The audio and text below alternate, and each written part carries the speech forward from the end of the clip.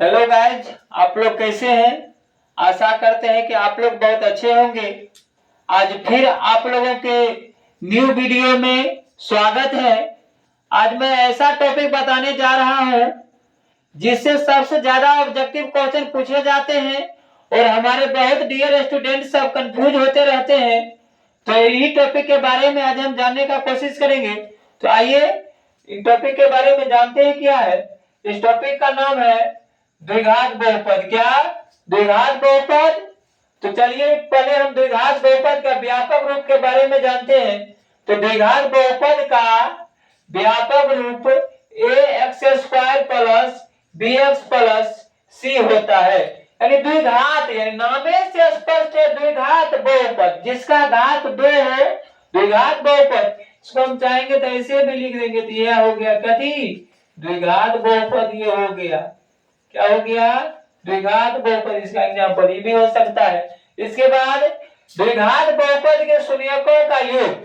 अगर योग बोले तो alpha into beta, alpha plus beta होगा। क्या होता है? माइनस बी बाय ए होता है। इसको हम हिंदी में बोलेंगे तो सर x का गुणांक माइनस x का गुणांक बट्टा x² का गुणांक। इसके बाद फिर पूछेगा द्विघात बहुपद के शून्यकों का गुणनफल कितना होता है। तो गुणनफल बोले तो अल्फा इंटू बीटा। क्या होता है? सी वाई ए। फिर द्विघात बहुपद ज्ञात करने का सूत्र अगर पूछेगा तो क्या करेंगे? बोलेंगे x² minus alpha plus beta into x plus alpha into beta.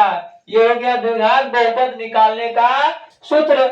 अगर बोलेंगे द्विघात बहुपद में शून्यकों की संख्या कितना होता है, तो बोलना बाबू 2 होता है।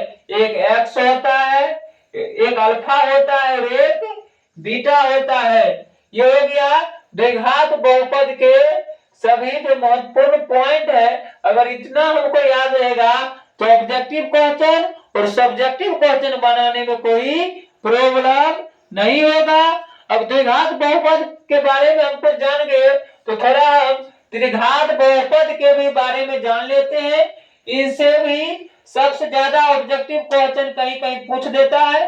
तो चलिए हम त्रिघात बहुपद के बारे में जानते हैं। तो यहाँ दिया हुआ है त्रिघात बहुपद का व्यापक रूप क्या होता है।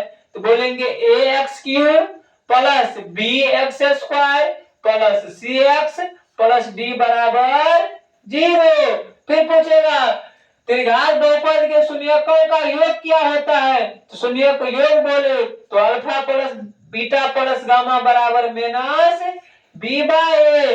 अगर त्रिघात बहुपद के शून्यकों के गुणनफलों का योग बोले तो alpha into beta plus beta into gamma plus gamma into alpha बराबर सी बाय ए। अगर शून्यकों के त्रिघात बहुपद में शून्यकों का गुणनफल बोले तो हो जाएगा alpha into beta into gamma बराबर माइनस डी बाय ए। अगर इसी में त्रिघात बहुपद में शून्यकों की संख्या बोले तो बोलेंगे त्रिघात बहुपद में शून्यकों की संख्या 3 होता है, अल्फा बीटा गामा।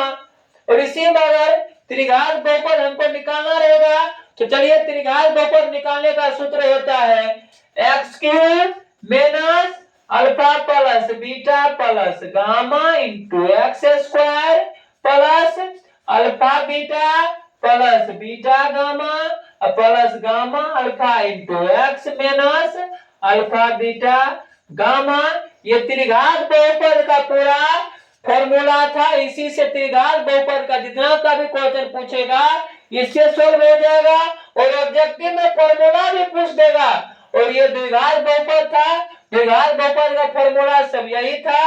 और इतना हमको याद रहेगा तो सभी ऑब्जेक्टिव और सब्जेक्टिव क्वेश्चन को सॉल्व कर सकते हैं। तो तब तक के लिए इतना ही, फिर मिलते हैं इससे भी झकास और इससे भी धमाकेदार वीडियो के साथ। तब तक के लिए थैंक यू, धन्यवाद।